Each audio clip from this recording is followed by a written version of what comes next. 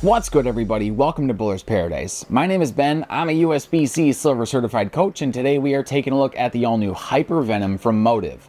Before we fire this one up, be sure you subscribe to the channel. It's free, it's easy, and it is the best way to help us bring you the best non-biased and cross-brand reviews in bowling. So while you're down there, be sure you hit that notification bell too so you don't miss out on the next review. Motiv brings us what is arguably the most pink bowling ball ever produced in the all-new Hyper Venom. Just like most of the releases featuring the snake on the side, the Hyper Venom features the tried and true gear core with a low 2.48 RG and a low 0.34 differential. New to the Venom line is the Propulsion MXR Pearl cover, which is derived from what worked so well on the Nuclear Forge and comes polished to 5500 LSP out of the box. For the layout, I went with a strong benchmark style 5 by 4.25 by 3 2LS layout.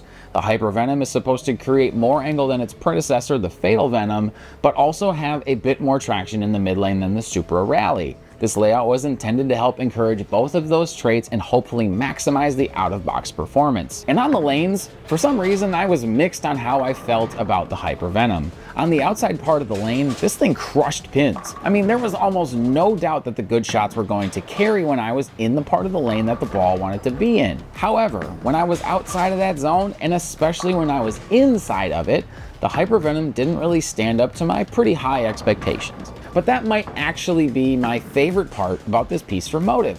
Bowling balls are almost universally getting stronger by the day, and finding a piece that is a true step down from a bigger pearl like the Nuclear Forge is actually pretty hard to come by. Nowadays, the lower differential pieces are just cleaner and more angular than their higher differential counterparts, but not the Hyper Venom.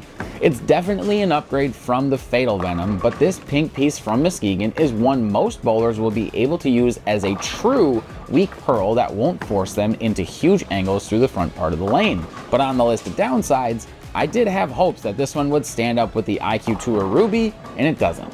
These two pieces are definitely not the same, even though they're very similar on paper.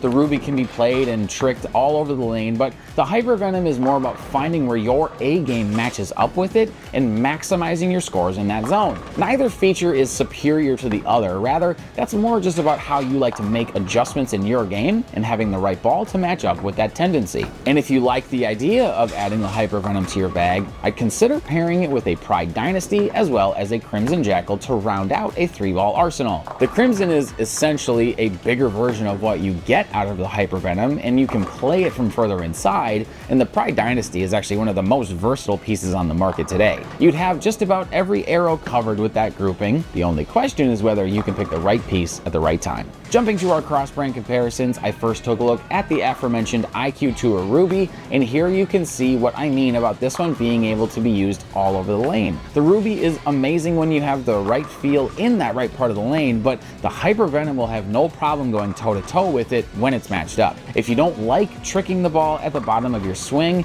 you're likely to see better results with the Hyper Venom from Motiv. Then I actually took a look at the DV8's Troublemaker Pearl, and here I see a piece with more strength in both the cover and the core. Interestingly enough, I think this one and the Hyper Venom are best used in similar parts of the lane, but for much different reasons. The Troublemaker is much more rolly and likes to blend out the friction before making a heavy move off the spot, whereas the Hyper Venom likes to breeze through the mid lane and save that angle for down lane. But with that, here's my recommendations on the types of bowlers that I think would match up well with the Hyper Venom from Motiv. The first is rev dominant players. The fact that EJ Tackett carries around at least 3 of these should be enough of a justification, but the biggest reason is for when the lanes are fried. So many times, rev dominant players end up in pieces that are too strong for the situation just to get the ball to slow down so it doesn't go through the face. But the Hyper Venom is that true step down piece that will help these players tremendously. The second recommendation is for bowlers with a high axis of rotation. Typically, the struggle these bowlers see is the ball going sideways off the spot with low differential pieces like this,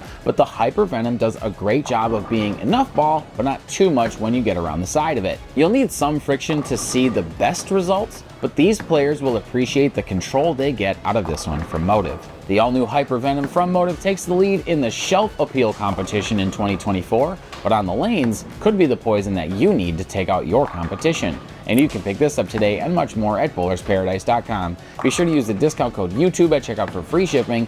Thank you to my friend Ryan Shafransky for the drilling of this piece, and to Dale's Weston Lanes for letting us film this video. If you haven't yet, like this video, subscribe to the channel, hit that notification bell for more ball and product reviews. But as always, remember you guys, having the right ball in your hands, now that's a bowler's paradise.